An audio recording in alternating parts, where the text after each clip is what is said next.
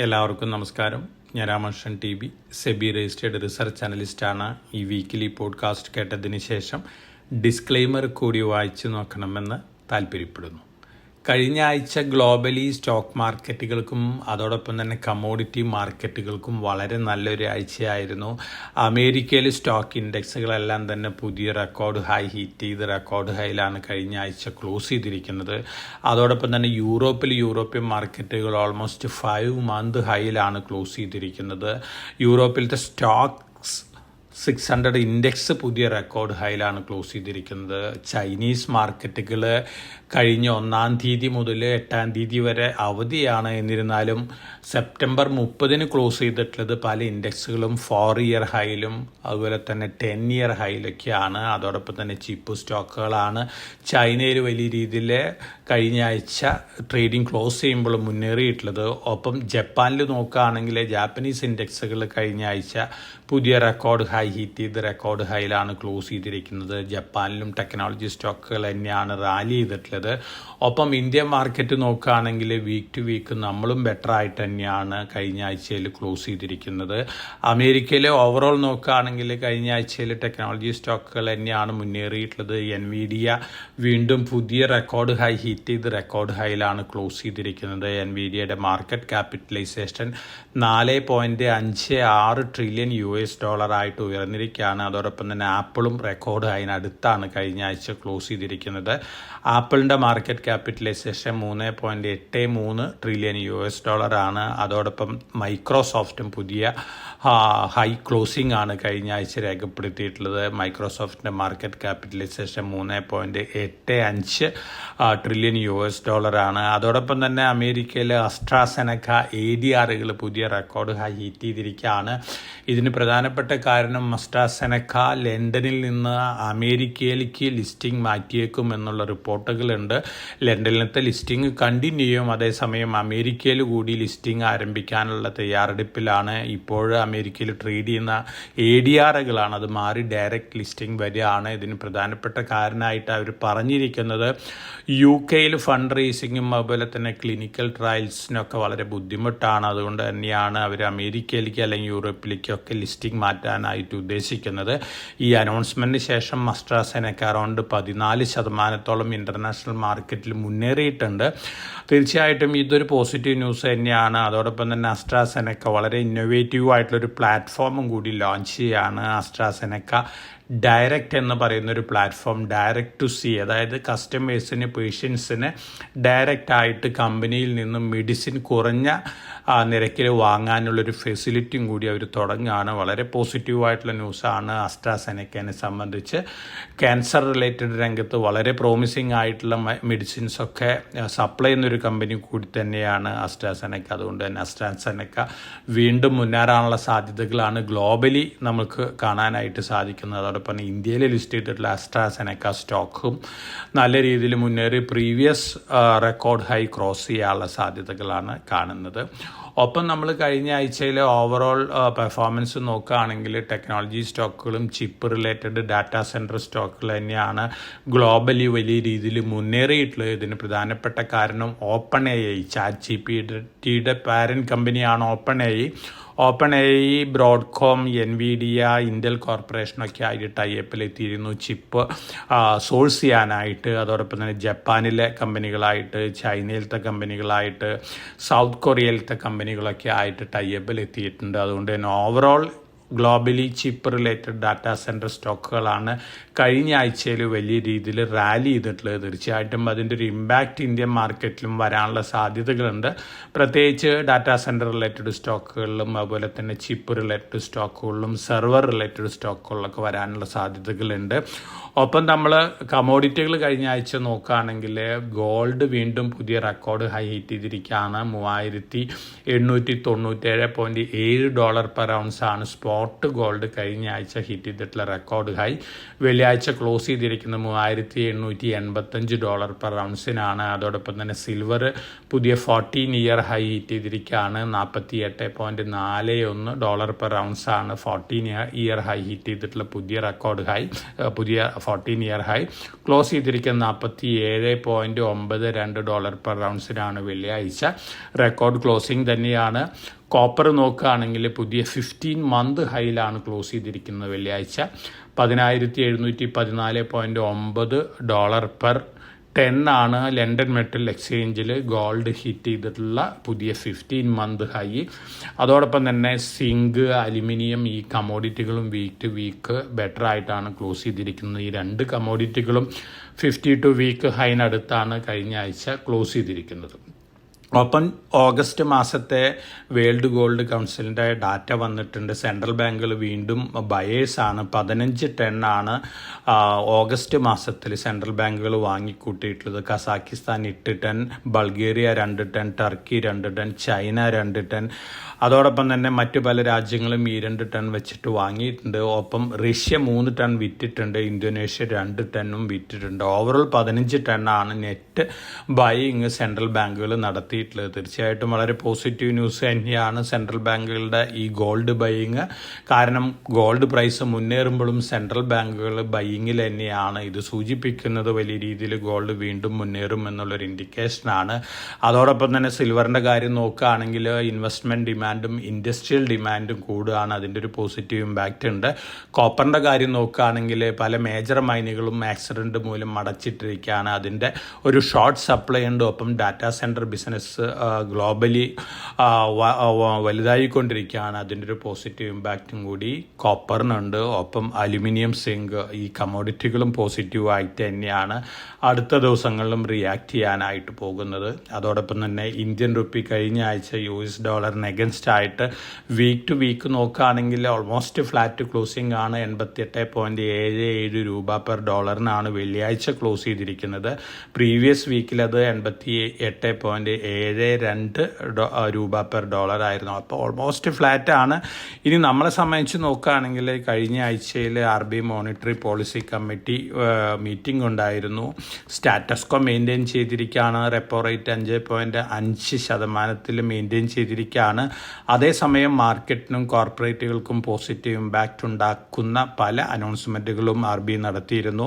Loan against ഷെയർസിൻ്റെ limit 20 ലക്ഷത്തിൽ നിന്ന് 1 കോടി രൂപയാക്കിയിട്ടുണ്ട് പെർ ഇൻഡിവിജ്വൽ. അതോടൊപ്പം തന്നെ IPO ഫണ്ടിങ് ലിമിറ്റ് 10 ലക്ഷത്തിൽ നിന്ന് 25 ലക്ഷം രൂപ വരെ ആക്കി ഉയർത്തിയിട്ടുണ്ട്. അതോടൊപ്പം തന്നെ ബാങ്കുകൾക്ക് കോർപ്പറേറ്റുകളുടെ മെർജർ ആൻഡ് അക്വിസിഷനിൽ ഫണ്ട് ചെയ്യാനുള്ള പെർമിഷൻ കൊടുത്തിട്ടുണ്ട്. ഒപ്പം ഇതുവരെ 10,000 കോടി രൂപ മാത്രമാണ് ഒരു ബിസിനസ് ഗ്രൂപ്പിന് ബാങ്കുകളിൽ നിന്ന് കടമെടുക്കാനായിട്ടുള്ള മാക്സിമം ലിമിറ്റ് ആയിരുന്നത്. ആ ലിമിറ്റും എടുത്തു കളഞ്ഞിട്ടുണ്ട്. അപ്പോൾ തീർച്ചയായിട്ടും വളരെ പോസിറ്റീവായിട്ടുള്ള അനൗൺസ്മെൻറ്റുകളാണ്. ഇതിൻ്റെ ഇമ്പാക്റ്റ് RBI മീറ്റിങ്ങിന് ശേഷം അന്നത്തെ മാർക്കറ്റ് ക്ലോസിംഗിലുണ്ടായിരുന്നു. പിന്നീടുള്ള ദിവസങ്ങളിലും മൈനർ ഇമ്പാക്റ്റ് ഒക്കെ ഉണ്ടായിരുന്നു. എന്നിരുന്നാലും ഓവറോൾ ഇതിൻ്റെ ഇമ്പാക്റ്റ് ലോങ് റണ്ണിൽ നോക്കുകയാണെങ്കിൽ വളരെ പോസിറ്റീവായിട്ട് ഇമ്പാക്റ്റ് നൽകുന്ന ഡിസിഷൻസ് തന്നെയാണ് RBI കഴിഞ്ഞ ആഴ്ചയിൽ അനൗൺസ് ചെയ്തിരിക്കുന്നത്. തീർച്ചയായിട്ടും അടുത്ത ദിവസങ്ങളിൽ ഇത്തരത്തിലുള്ള ഒരു പോസിറ്റീവ് ഇമ്പാക്റ്റ് ഒക്കെ മാർക്കറ്റിൽ കാണാനുള്ള സാധ്യതകളുണ്ട്. അതോടൊപ്പം തന്നെ കഴിഞ്ഞ ആഴ്ചയിൽ ധാരാളം സ്റ്റോക്ക് സ്പെസിഫിക് ആയിട്ടുള്ള ന്യൂസ് ഫ്ലോസ് ഒക്കെ മാർക്കറ്റിലുണ്ടായിരുന്നു. അതിൻ്റെ ഒന്നും ഇമ്പാക്റ്റ് ഒന്നും തന്നെ ഈ സ്റ്റോക്കുകളിലൊന്നും കണ്ടിട്ടില്ല. ഒരു ഡീമർജർ റെക്കോർഡ് ഡേറ്റ് അനൗൺസ്മെൻറ്റ് വന്നിരുന്നു. SKF ലിമിറ്റഡ് ആണ്. 1:1 ആയിരുന്നു ഡീമർജർ റേഷ്യോ വന്നിരിക്കുന്നത്. അവരുടെ ഓട്ടോമോട്ടീവ് ഡിവിഷനും ഇൻഡസ്ട്രിയൽ ഡിവിഷനും സെപ്പറേറ്റ് ചെയ്യാണ്. അപ്പോൾ 100 ഷെയറുള്ള ഇൻവെസ്റ്റേഴ്സിന് 100 ഷെയർ അഡീഷണലായിട്ട് SKF ഇൻഡസ്ട്രീസിൻ്റെ ലഭിക്കും. ഒക്ടോബർ 15 റെക്കോർഡ് ഡേറ്റ് വെച്ചിരിക്കുന്നത്. ഡീമർജർ റിലേറ്റഡ് ഗെയിനിന് വേണ്ടി ഇൻവെസ്റ്റ് ചെയ്യുന്ന ഇൻവെസ്റ്റേഴ്സിന് ലോങ് ടേമിലേക്ക് കൺസിഡർ ചെയ്യാവുന്ന ഒരു ഡീമർജർ കാൻഡിഡേറ്റാണ് SKF ലിമിറ്റഡ്. അപ്പോൾ ഇത്തരത്തിൽ ഇൻവെസ്റ്റ് ചെയ്യുന്ന ഇൻവെസ്റ്റേഴ്സിന് ലോങ് ടേമിലേക്ക് കൺസിഡർ ചെയ്യാവുന്ന ഒരു സ്റ്റോക്കാണ് SKF ലിമിറ്റഡ്. അതോടൊപ്പം തന്നെ international holding company, Dubai based, Dubai government അണ്ടറിലുള്ള ഹോൾഡിംഗ് കമ്പനിയാണ് കമ്പനിയാണ് സമ്മാൻ ക്യാപിറ്റൽസ്. പഴയ ഇന്ത്യാബുൾ ഹൗസിംഗ് ഫിനാൻസ് ആണ്. അതിൽ 43% സ്റ്റേക്ക് എടുത്തിരിക്കുകയാണ്. ആദ്യമായിട്ടാണ് ഒരു NBFCയിൽ അബുദാബി ബേസ്ഡ് ഒരു കമ്പനി, അബുദാബി ഗവൺമെൻറ് കമ്പനി പ്രൊമോട്ടറായിട്ട് വരാൻ പോകുന്നത്. 139 രൂപ പെർ ഷെയറിനാണ് ഷെയർ അക്വിസിഷൻ വന്നിരിക്കുന്നത്. ഓപ്പൺ ഓഫറും 139 രൂപ പെർ ഷെയർ ആണ്. തീർച്ചയായിട്ടും ലോങ് റണ്ണിൽ വളരെ പോസിറ്റീവ് ഇമ്പാക്റ്റ് ഉണ്ടാക്കുന്ന ഒരു അക്വിസിഷനാണ്. സമ്മാൻ ക്യാപിറ്റൽ നല്ല രീതിയിൽ ലോങ് ടൈമിൽ മുന്നേറാനുള്ള സാധ്യതകളാണ് കാണുന്നത്. അപ്പോൾ ലോങ് ടൈം പോയിന്റ് ഓഫ് വ്യൂവിൽ ഇൻവെസ്റ്റ്മെൻറ്റിന് കൺസിഡർ ചെയ്യാവുന്ന ഒരു സ്റ്റോക്കാണ് സമ്മാൻ ക്യാപിറ്റൽ. ഇപ്പോൾ അതിൻ്റെ ഓണേഴ്സായിട്ട് വരാൻ പോകുന്നത് അബുദാബി ഗവൺമെൻറ്റിൻ്റെ അണ്ടറിലുള്ളൊരു കമ്പനി കൂടി തന്നെയാണ്. അതോടൊപ്പം തന്നെ നമ്മൾ ഡാറ്റാ സെൻറ്റർ റിലേറ്റഡ് അതുപോലെ തന്നെ സെർവർ റിലേറ്റഡ് കമ്പനികളുടെ കാര്യം നോക്കുകയാണെങ്കിൽ ഇന്ത്യയിൽ 2023 IPOയിൽ ഇന്ത്യയിൽ ലിസ്റ്റ് ചെയ്തിട്ടുള്ള നെറ്റ്വെബ് ടെക്നോളജീസ് 500 രൂപയായിരുന്നു IPO പ്രൈസ്. ഇപ്പോൾ ഇതിൻ്റെ സ്റ്റോക്ക് പ്രൈസ് 4351 രൂപയാണ് കഴിഞ്ഞ വെള്ളിയാഴ്ച ക്ലോസ് ചെയ്തിരിക്കുന്നത്. പക്ഷേ ഈ കമ്പനീനെ കുറിച്ച് നോക്കുകയാണെങ്കിൽ വളരെ പ്രോമിസിങ് ആയിട്ടുള്ളൊരു കമ്പനിയാണ്. ഡാറ്റാ സെൻറ്റർ റിലേറ്റഡ് ബെനിഫിറ്റ് ഏറ്റവും കൂടുതൽ ലഭിക്കാൻ സാധ്യതയുള്ള ഇന്ത്യയിലത്തെ ഏക കമ്പനിയും കൂടിയാണ് നെറ്റ്വെബ്. അപ്പോൾ ലോങ് ടൈം പോയിന്റ് ഓഫ് വ്യൂവിൽ ഇൻവെസ്റ്റ് ചെയ്യുന്ന ഇൻവെസ്റ്റേഴ്സിന് കൺസിഡർ ചെയ്യാവുന്ന ഒരു ഡാറ്റാ സെൻറ്റർ സെർവർ റിലേറ്റഡ് കമ്പനിയാണ് നെറ്റ്വെബ് ടെക്നോളജീസ്. പ്രൈസ് 4351 തന്നെയാണ്. പക്ഷേ അതിൻ്റെ ഇക്വിറ്റി ക്യാപിറ്റൽ 11.3 കോടി രൂപയുള്ളൂ. വളരെ കുറവ് ഇക്വിറ്റി ക്യാപിറ്റലുള്ളൂ. അപ്പോൾ മാർക്കറ്റിൽ ഒരു ഫാൻസി വരുമ്പോൾ നല്ല രീതിയിൽ മുന്നേറാൻ സാധ്യതയുള്ള ഒരു കമ്പനിയാണ് നെറ്റ്വെബ്. അപ്പോൾ Netweb technology long time point of വ്യൂവിൽ കൺസിഡർ ചെയ്യുന്നതായിരിക്കും. അതോടൊപ്പം തന്നെ India European union free trade agreement talk നാളെ വീണ്ടും ആരംഭിക്കുകയാണ്. 14ാമത്തെ റൗണ്ടാണ്. മിക്കവാറും ഈ ആഴ്ചയിലൊരു തീരുമാനം ഉണ്ടാവുമെന്ന് പറയുന്നുണ്ട്. അങ്ങനെ വരികയാണെങ്കിൽ ഇത് തീർച്ചയായിട്ടും നമ്മുടെ മാർക്കറ്റിനെ സംബന്ധിച്ച് പോസിറ്റീവാണ്. യൂറോപ്യൻ യൂണിയനിൽ നിന്നുള്ള 6000-ലധികം കമ്പനികൾക്ക് ഇന്ത്യയിൽ അവരുടെ സബ്സിഡിയറികളൊക്കെ ഉണ്ട്, അതുപോലെ തന്നെ ടൈപ്പ് ഒക്കെ ഉണ്ട്. അതുകൊണ്ട് തന്നെ ഇത്തരത്തിൽ ഉള്ള ഡിസ്കഷനിൽ ഇന്ത്യ ഫേവറബിൾ ഡിസിഷൻസ് വരാനുള്ള സാധ്യതകളാണ് കാണുന്നത്. അതിൻ്റെ ഒരു പോസിറ്റീവ് ഇമ്പാക്റ്റ് ഈ FTA ടോക്ക് പോസിറ്റീവ് ആയിട്ടുള്ള റിസൾട്ടാണ് വരുന്നതെങ്കിൽ മാർക്കറ്റിലുണ്ടാകാനുള്ള സാധ്യതകളുണ്ട്. അപ്പോൾ ഈ ന്യൂസ് ഒന്ന് വാച്ച് ചെയ്യുന്ന നന്നായിരിക്കും. ജയപ്രകാശ് അസോസിയേറ്റ്സിൻ്റെ കമ്മിറ്റി ഓഫ് ക്രെഡിറ്റേഴ്സിൻ്റെ മീറ്റിംഗ് നാളെയാണ്. ഈ മീറ്റിങ്ങിലായിരിക്കാം ഒരുപക്ഷെ വേദാന്തയുടെയും അതുപോലെ തന്നെ അഡാനിയുടെയും ഒക്കെ ബിഡിങ്ങിനെ കുറിച്ചുള്ള ഡിസിഷൻസ് വരാനായിട്ട് സാധ്യതകൾ. അപ്പോൾ ഈ ന്യൂസ് ഒന്ന് വാച്ച് ചെയ്യുന്ന നന്നായിരിക്കും. ഒപ്പം നമ്മൾ ഡിഫൻസ് റിലേറ്റഡ് ന്യൂസ് ഫ്ലോസ് അതുപോലെ തന്നെ മറ്റു ന്യൂസ് ഫ്ലോസ് ഒക്കെ നോക്കുകയാണെങ്കിൽ ഗോൾഡ്മാൻ സാക്സ് കഴിഞ്ഞ ആഴ്ചയിൽ ഇന്ത്യൻ ഡിഫൻസ് കമ്പനികളൊക്കെ അപ്ഗ്രേഡ് ചെയ്തിരുന്നു. ഭാരത് ഇലക്ട്രോണിക്സ്, ഡാറ്റ പാറ്റേൺസ്, അതുപോലെ തന്നെ Astra microwave, DCX systems, Axiscades technologies, Azad engineering, solar industries, ഈ സ്റ്റോക്കുകളൊക്കെയാണ് അവർ വളരെ പ്രോമിസിംഗ് ആയിട്ട് കാണുന്നത്. അതുകൊണ്ട് തന്നെ ഈ സ്റ്റോക്കുകളൊക്കെ ലോങ് റണ്ണിൽ മുന്നേറാനുള്ള സാധ്യതകളാണ് കാണുന്നത്. ഇതിന് പ്രധാനപ്പെട്ട കാരണങ്ങളിൽ ഒന്ന് ഇന്ത്യൻ ഡിഫൻസ് സെക്ടറിൻ്റെ ഒരു അട്രാക്റ്റീവ്നെസ്സും എഫിഷ്യൻസിയാണ്. അതോടൊപ്പം തന്നെ ഗ്ലോബലി നോക്കുകയാണെങ്കിൽ ഏറ്റവും നല്ല റിസർച്ച് ഹൗസുകളിൽ ഒന്നാണ് ഗോൾഡ്മാൻ സാക്സ്. ഗോൾഡ്മാൻ സാക്സിൻ്റെ സ്ട്രൈക്ക് റേറ്റ് അല്ലെങ്കിൽ സക്സസ് റേഷ്യോ ഒക്കെ നോക്കുകയാണെങ്കിൽ 90-95% ആണ്. അതുകൊണ്ട് തന്നെ ഈ പ്രഡിക്ഷൻസ് വളരെയധികം പ്രോമിസിംഗ് ആയിട്ടുള്ള റിട്ടേൺസ് ഈ സ്റ്റോക്കുകളിലൊക്കെ നൽകുമെന്നുള്ളൊരു എക്സ്പെക്റ്റേഷനാണുള്ളത്. അതോടൊപ്പം തന്നെ ക്രിട്ടിക്കൽ മിനറൽ രംഗത്ത്, എക്സ്പ്ലോറേഷൻ രംഗത്തൊക്കെ, മൈനിങ് രംഗത്തൊക്കെ നമ്മുടെ കമ്പനികൾ, ഡൊമസ്റ്റിക് കമ്പനികൾ വലിയ രീതിയിലാണ് അഗ്രസീവായിട്ടാണ് മൂവ് ചെയ്യുന്നത്. ഈ NMDC ഉണ്ട്, കോൾ ഇന്ത്യ ഉണ്ട്, ഹിന്ദുസ്ഥാൻ കോപ്പർ ഉണ്ട്, നാഷണൽ അലുമിനിയം ഉണ്ട്, വേദാന്തി ഉണ്ട്, ഹിന്ദുസ്ഥാൻ സിങ്ക് ഉണ്ട്, ഹിൻഡാൽക്കോ ഉണ്ട്. ഈ കമ്പനികളൊക്കെ വളരെ അഗ്രസീവായിട്ട് ഈ രംഗത്തേക്ക് ഇറങ്ങാനുള്ള നീക്കത്തിലാണ്. ഈ കമ്പനികളെ സംബന്ധിച്ച് പോസിറ്റീവായിട്ടുള്ളൊരു ന്യൂസ് തന്നെയാണ്. ഒപ്പം നമ്മൾ ഗ്ലോബലി പവർ സെക്ടർ, ഡാറ്റാ സെൻറ്ററൊക്കെ വലിയ രീതിയിൽ മുന്നേറിക്കൊണ്ടിരിക്കുകയാണ്. Renewable energy, wind energy, solar എനർജിയും വലിയ രീതിയിൽ പ്രൊഡക്ഷൻ ആരംഭിച്ചിരിക്കുകയാണ്. പക്ഷേ ഇത്തരത്തിലുള്ള പവർ കമ്പനികൾക്കൊക്കെ വലിയ ഗ്യാസ് ടർബൻസൊക്കെ ആവശ്യമാണ്. ഈ ഗ്യാസ് ടർബൻസ് സപ്ലൈ ചെയ്യുന്ന മേജർ കമ്പനികൾ എന്ന് പറയുന്നത് globally Siemens energy, Vernova, Mitsubishi heavy industries ആണ്.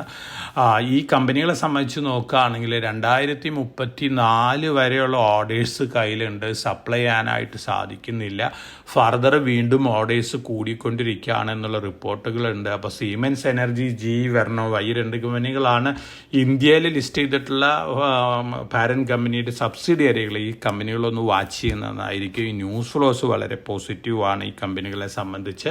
അതോടൊപ്പം തന്നെ യൂറോപ്യൻ യൂണിയൻ സ്റ്റീൽ ഇമ്പോർട്ടിന്മേൽ 50% താരിഫ് ഇമ്പോസ് ചെയ്യുകയാണ്. ഇപ്പോൾ 25% അതോടൊപ്പം തന്നെ melt and pour provisions apply ആണ്. മെൽറ്റ് ആൻഡ് പോർ പ്രൊവിഷൻ എന്ന് പറയുമ്പോൾ മറ്റ് രാജ്യങ്ങളിൽ ഉണ്ടാക്കി വേറെ ഏതെങ്കിലും രാജ്യങ്ങളിൽ കൂടി മറ്റൊരു കൺട്രിയിലേക്ക് സ്റ്റീല് എക്സ്പോർട്ട് ചെയ്യുന്ന രീതിയാണ്.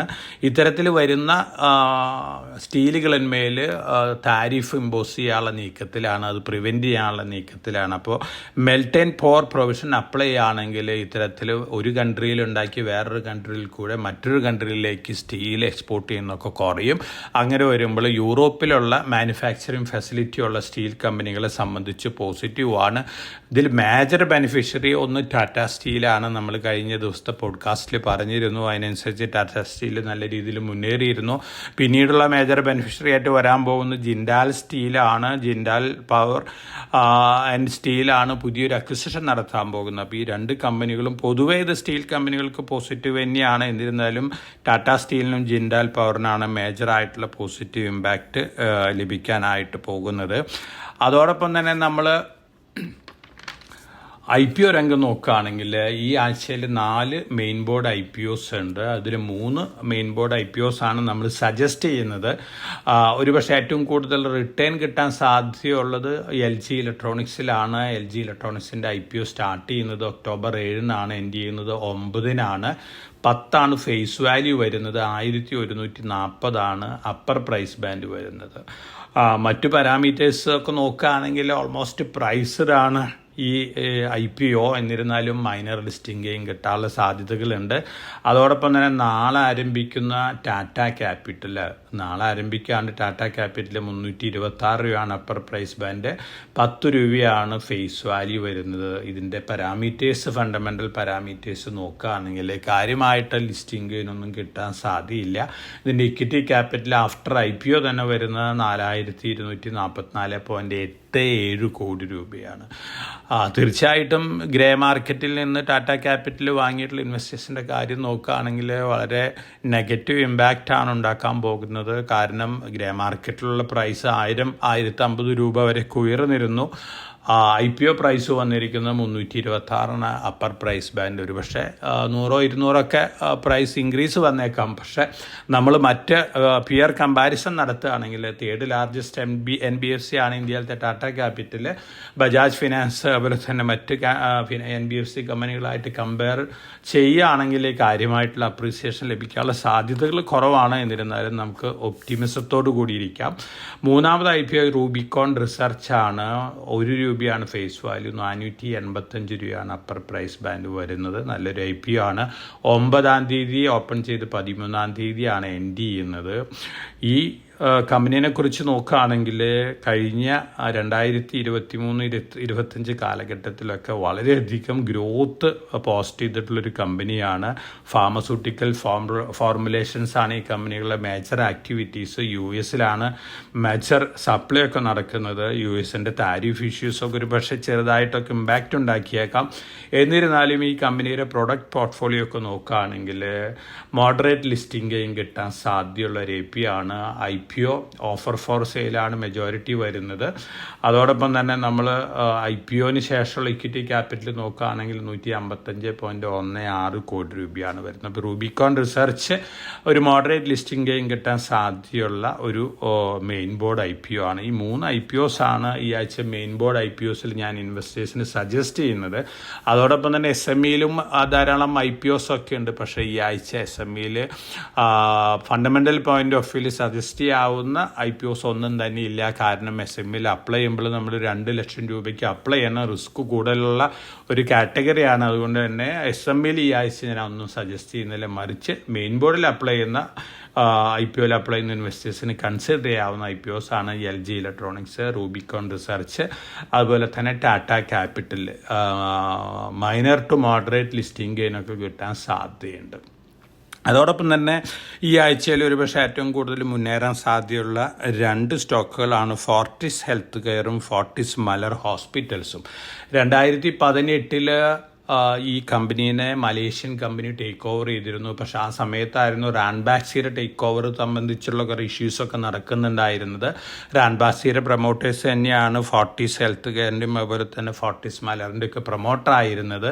അപ്പോൾ ഡൈഇച്ചി സാങ്ക്യോ ഇത്തരത്തിലുള്ളൊരു ഓപ്പൺ ഓഫർ കൊണ്ടുവന്നിരുന്നു. IHH മലേഷ്യയാണ് ഓപ്പൺ ഓഫർ കൊണ്ടുവന്നിരുന്നത്. അന്ന് ഓപ്പൺ ഓഫർ പ്രൈസ് 170 രൂപയായിരുന്നു ഫോർട്ടിസ് ഹെൽത്ത് കെയറിന്. പക്ഷേ ഇപ്പം മാർക്കറ്റ് പ്രൈസ് 980 ആണ്. പക്ഷേ 7 വർഷത്തിന് ശേഷം സെബി ഈ ഓപ്പൺ ഓഫറിന് അപ്രൂവൽ കൊടുത്തിരിക്കുകയാണ്. 7 വർഷം എടുത്തു. 7 വർഷത്തിന് ശേഷം അപ്രൂവൽ കൊടുത്തിരിക്കുകയാണ്. അടുത്ത ദിവസങ്ങളിൽ തീർച്ചയായിട്ടും പുതിയ റേറ്റ് ആയിട്ട് ഓപ്പൺ ഓഫർ വരാനുള്ള സാധ്യതകളുണ്ട്. അപ്പോൾ ഫോർട്ടിസ് ഹെൽത്ത് കെയറും ഫോർട്ടിസ് മലർ ഹോസ്പിറ്റലും നല്ല രീതിയിൽ കറണ്ട് ലെവലിൽ നിന്ന് മുന്നേറാനുള്ള സാധ്യതകളുണ്ട്. ഈ 2 സ്റ്റോക്കുകളൊന്ന് വാച്ച് ചെയ്യുന്നതായിരിക്കും. അതോടൊപ്പം തന്നെ LNTയുടെ ബിൽഡിംഗ് ആൻഡ് ഫാക്ടറീസ് ഡിവിഷൻ 10,000 കോടി രൂപ വരെ ഓർഡർ ബാഗ് ചെയ്തിട്ടുണ്ട്. ഒപ്പം മറ്റൊരു ഓർഡറും കൂടി മുംബൈയിൽ നിന്ന് ബാഗ് ചെയ്തിട്ടുണ്ട്. അതിൻ്റെ ഡീറ്റെയിൽസ് അറിവായിട്ടില്ല. ഈ ന്യൂസ് LNTനെ സംബന്ധിച്ച് പോസിറ്റീവാണ്. ഹെക്സാവെയറിൻ്റെ AI പ്ലാറ്റ്ഫോമുകളുണ്ട് അമേരിക്കയിൽ. അമേരിക്കൻ കമ്പനികൾ ഈ പ്ലാറ്റ്ഫോമുകൾക്ക് എഗൻസ്റ്റ് ആയിട്ട് $500 മില്യൺ ലോ സ്യൂട്ട് ഫയൽ ചെയ്തിട്ടുണ്ട്. ഹെക്സാവെയറിനെ സംബന്ധിച്ച് സ്ലൈറ്റ് നെഗറ്റീവ് ഇമ്പാക്റ്റ് ഉണ്ടാക്കുന്ന ഒരു ന്യൂസ് തന്നെയാണ്. ഒപ്പം നമ്മൾ Navi Mumbai airport October 8 government അല്ലെങ്കിൽ പ്രധാനമന്ത്രി രാജ്യത്തിന് സമർപ്പിക്കുകയാണ്. നവി മുംബൈ എയർപോർട്ട് എല്ലാവരും വാച്ച് ചെയ്യുന്ന ഒരു എയർപോർട്ട് തന്നെയാണ്. അഡാനി എൻ്റർപ്രൈസസിൻ്റെ അണ്ടറിലുള്ള എയർപോർട്ടാണ്. അതോടൊപ്പം തന്നെ ഈ മന്തിൻ്റെ തന്നെ നോയിഡ എയർപോർട്ടും ഇനാഗ്രേറ്റ് ചെയ്യും. അപ്പോൾ ഈ മാസം 2 എയർപോർട്ടുകളാണ് ഇന്ത്യയിൽ ഇൻ്റർനാഷണൽ എയർപോർട്ടുകളാണ് ഇനാഗ്രേറ്റ് ചെയ്യാൻ പോകുന്നത്. ഇന്ത്യൻ എക്കണോമിനെ സംബന്ധിച്ച് പോസിറ്റീവായിട്ട് ന്യൂസാണ്. ഒപ്പം അഡാനി എൻ്റർപ്രൈസസിനെ സംബന്ധിച്ചും പോസിറ്റീവായിട്ടുള്ള ന്യൂസാണ്. ഒപ്പം Q2 ബിസിനസ് അപ്ഡേറ്റുകളൊക്കെ വന്നിരുന്നു. ശോഭയാണ് റിയൽ എസ്റ്റേറ്റ് കമ്പനികളിൽ ഏറ്റവും എക്സലൻറ്റ് സെയിൽസ് ഫിഗേഴ്സ് കാഴ്ചവെച്ചിട്ടുള്ളത്. ശോഭ ലിമിറ്റഡ് പോസിറ്റീവായിട്ട് റിയാക്ട് ചെയ്യാനുള്ള സാധ്യതകളുണ്ട്. അതോടൊപ്പം തന്നെ കോട്ടക് ബാങ്കിൻ്റെ Q2 അപ്ഡേറ്റുകൾ, IDBI ബാങ്കിൻ്റെ Q2 അപ്ഡേറ്റ്, ധനലക്ഷ്മി ബാങ്കിൻ്റെ Q2 അപ്ഡേറ്റ്, HDFC ബാങ്കിൻ്റെ Q2 അപ്ഡേറ്റ് ഒക്കെ ബെറ്റർ ദാൻ എക്സ്പെക്റ്റേഷൻസ് ആണ്. ഈ സ്റ്റോക്കുകളും ഒരുപക്ഷെ പോസിറ്റീവായിട്ട് റിയാക്ട് ചെയ്യാനുള്ള സാധ്യതകളുണ്ട്. ഇതൊക്കെയാണ് ഈ ആഴ്ചയിലത്തെ മാർക്കറ്റ് ന്യൂസ് ഫ്ലോസ്. അതോടൊപ്പം തന്നെ വേദാന്തയുടെ NCLT ഡിസിഷൻ വരാൻ പോകുന്നത് 8-ാം തീയതിയാണ്. അടുത്ത ഹിയറിംഗ് വരുന്നത്. വേദാന്ത ഓൾറെഡി അവരുടെ ഡെഡ് ലൈനൊക്കെ എക്സ്റ്റെൻഡ് ചെയ്തിട്ടുണ്ട്. വേദാന്തയ്ക്ക് ഫേവറബിൾ ആയിട്ട് 8-ാം തീയതി NCLT വെർഡിക്റ്റ് വരികയാണെങ്കിൽ വേദാന്ത വീണ്ടും നല്ല രീതിയിൽ മുന്നേറിയേക്കാം. ഇപ്പോൾ 470-72 റേഞ്ചിലൊക്കെയാണ് ട്രേഡ് ചെയ്യുന്നത്. അതോടൊപ്പം തന്നെ Q2 കഴിയുമ്പോൾ വീണ്ടും ഒരു ഇൻ്ററിം ഡിവിഡൻറ്റും നമുക്ക് വേദാന്തയിൽ നിന്ന് എക്സ്പെക്റ്റ് ചെയ്യാം. ഓവറോൾ സിൽവർ പ്രൈസ് കയറിക്കൊണ്ടിരിക്കുന്നത് വേദാന്തനെ സംബന്ധിച്ച് പോസിറ്റീവാണ്.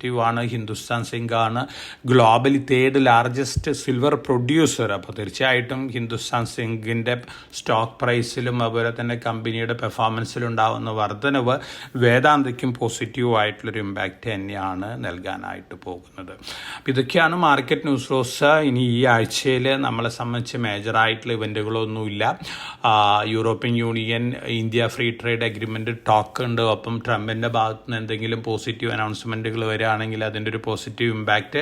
ഒപ്പം നമ്മൾ അടുത്ത ആഴ്ച മുതൽ നമ്മൾ എക്സ്പെക്റ്റ് ചെയ്യുന്നത് നമ്മുടെ Q2 റിസൾട്ടുകളാണ്. Q2 റിസൾട്ടുകൾ ബെറ്റർ ദാൻ എക്സ്പെക്റ്റേഷൻസ് ആയിരിക്കും എന്നാണ് നമ്മുടെ എല്ലാവരുടെയും എക്സ്പെക്റ്റേഷൻ. അതുകൊണ്ട് തന്നെ അത്തരത്തിലുള്ള എക്സ്പെക്റ്റേഷൻ ആയിട്ടിരിക്കാം Q2 റിസൾട്ടുകൾ ബെറ്റർ ദാൻ എക്സ്പെക്റ്റേഷൻ ആവുക. അതോടൊപ്പം തന്നെ India European union free trade agreement talk success ആവുക.